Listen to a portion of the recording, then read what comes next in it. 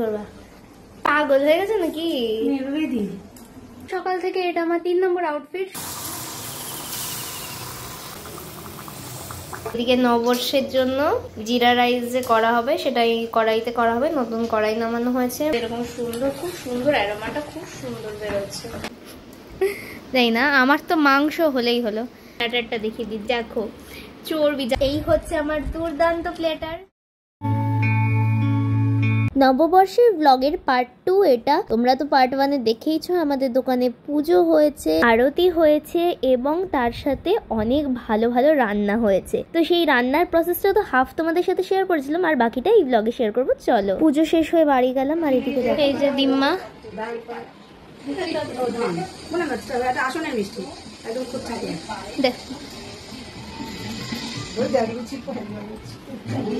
এই জামাটা আরাম হয়েছে?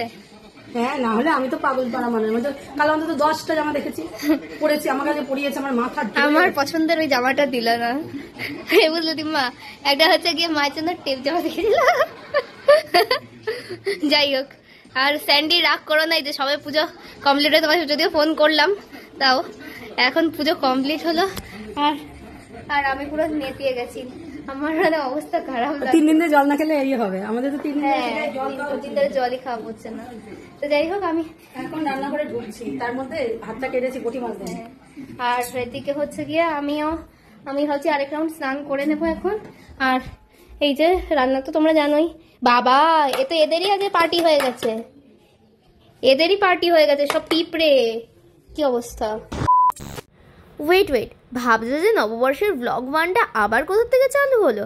না, কোনো চালু হয়নি। ভাবলাম ম্যারিনেশনের প্রসেসটা আরেকবার তোমাদের সাথে রিশেয়ার করে দিই। তো প্রথমেই মাংসে দিয়ে দিয়েছিলাম টক দই, এরপর পেঁয়াজ বাটা, লঙ্কা বাটা, মাদার্সের আদা বাটা এবং মাদার্সের আদা রসুন বাটার পেস্টটাও কিন্তু দুর্দান্ত। এরপরে আমাদের সিক্রেট পেঁপে বাটা, অবশ্য তার সাথে আমি রসুনটাও একসঙ্গে বেটেই দিয়ে দিয়েছি। এরপরে দিয়ে দিলাম হলুদ, রঙের জন্য দিয়ে দিলাম সামান্য কাশ্মীরি লঙ্কার গুঁড়ো, এবার দিয়ে দিলাম লাল লঙ্কার গুঁড়ো, দিয়ে দিলাম সর্ষের তেল। আর দেখো একদম কিন্তু কালারফুল একটা আগ্নেয়গিরি লাগছে, জাস্ট ওয়াও। এইবার করে নিলাম ম্যারিনেশন, যেটাকে আমি রেখে দিয়েছিলাম 4.5 ঘন্টার জন্য। 12টা নাগাদ ম্যারিনেশন করেছিলাম আর রান্না বসিয়েছিলাম 4:30 নাগাদ। ফিরে আসলাম 4.5 ঘন্টা বাদে। আর এই যে ম্যারিনেট করা মাংসটা। তো চলো মাংস টাংস চাপাই, রান্না করি, মাঝে মাঝে তোমাদের সাথে শেয়ার করবো। আর চেঞ্জ করে আসি, চলো। অলরাইট, তো সকাল থেকে এটা আমার 3 নম্বর আউটফিট শুভ নববর্ষের। তো ফার্স্ট সকালে দেখেছিলে তোমরা এই সেটটা, দেন তারপরে দেখেছো আমার এই পার্পল কালারের সেটটা, আর এখন আরো একবার আজকে দ্বিতীয়বার স্নান, মানে 2বার স্নান হয়ে গেল এই নিয়ে। তো তারপর আমি পরলাম এই আউটফিটটা। তো যাই হোক, চলো এবার রান্না বান্নার দিকে যাওয়া যাক। মা দেখো তাড়াহুড়ো করছে, স্বাভাবিক 4:30-5টা বাজে। আর এই যে এদিকে ফোড়ন দেওয়া হয়ে গেছে, এই যে মাংস এখন দেবে, আর এই যে চর্বি, তো সব মিলিয়ে মানে মাংস দিয়ে দিচ্ছি, পেঁয়াজ ফোড়ন দিয়ে। হ্যাঁ, আমাদের রান্নাঘর অ্যাভয়েড করে সুন্দর রান্নাঘর আসছে, তাই তো? তখন সুন্দর রান্নাঘরে সুন্দর বাজারগুলো নিয়ে এসছো। তো পেঁয়াজ ফোড়ন দিয়ে দিল। তো দেখতেই পাচ্ছ বেরেস্তা হয়ে গেছে। কি বেরেস্তা হয়নি, কিছু বেরেস্তা হয়েছে, কিছু হয়নি। আমি বেরেস্তাগুলোই হালকা করে তুলবো। আমার আলাদা করে কি করবো মা? হ্যাঁ, ওই তো জিরা পিস রাইস দেবা? না, তাহলে বাটবা? এটাই দেবো আবার।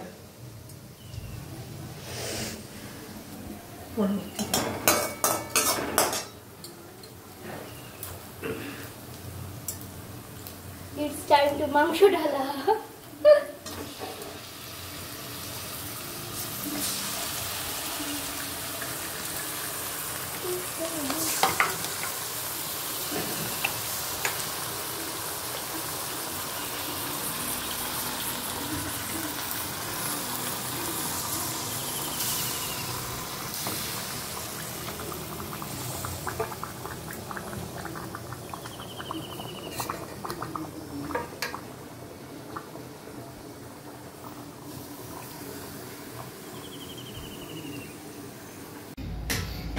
মাংস এখন এই অবস্থায়, তার মাঝখানে আমাদের সিলিন্ডার শেষ হয়ে গেছে।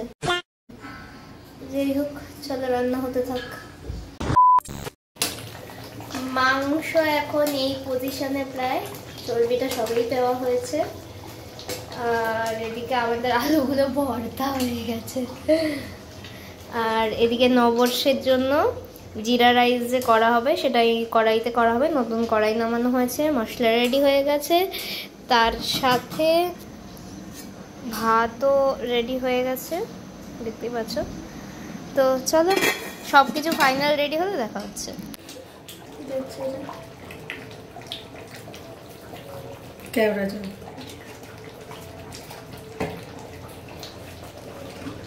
গোলাপজাম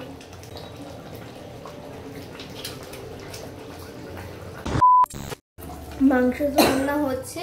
আর এদিকে হচ্ছে কি ননস্টিকে পড়ে গেছে বাটার জিরা রাইসের জন্য। এবার পড়ে গেছে লঙ্কা, কাঁচা লাল লঙ্কা। মেন ইনগ্রেডিয়েন্টস জিরে,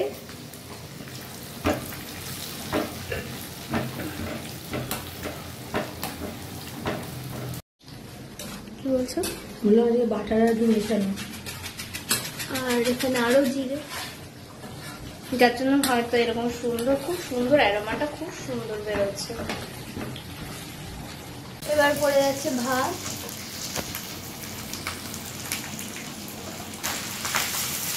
আর ভাতটা তোমাদের বললামই যে পুরো রেডি হয়ে গেছে, রেডি হওয়া ভাতটা। আর আমি পুরো পেছন থেকে নিচ্ছি, তোমরা একবার দেখাই তাহলে বুঝতে পারবা।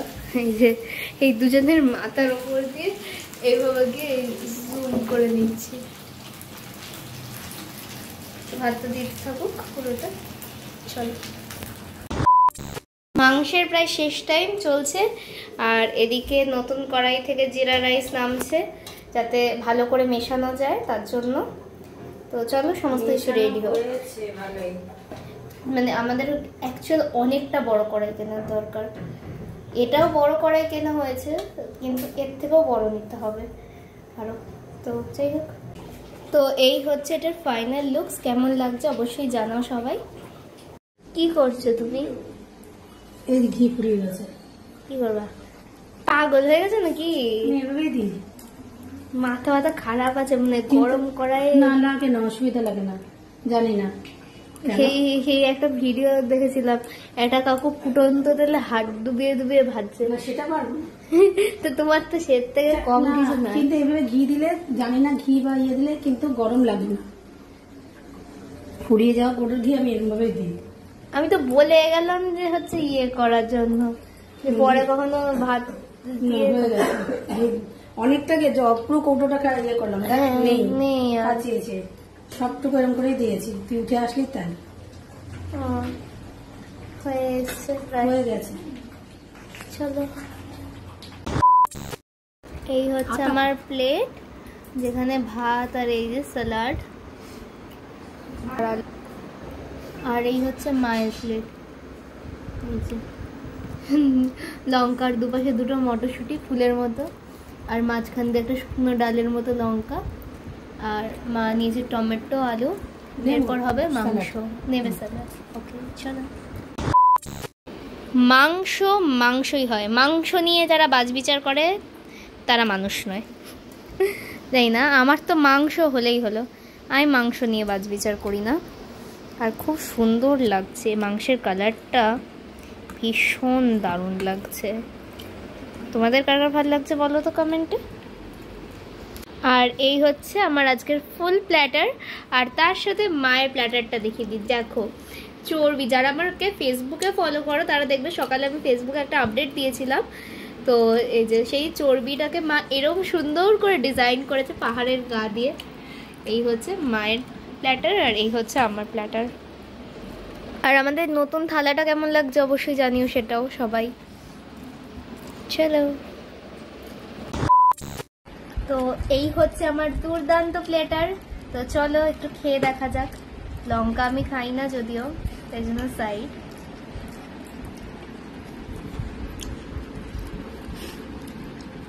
আর একটু মাটন।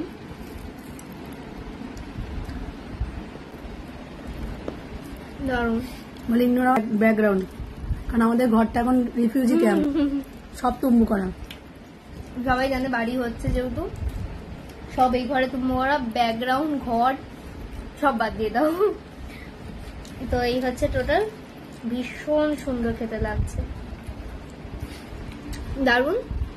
আর তার সাথে আজকের ব্লগটাও এখানে এন্ড করছি। সবাই ভালো থাকবে, সুস্থ থাকবে, সাবধানে থাকবে। দেখা হবে নেক্সট একটা ব্লগে খুব তাড়াতাড়ি।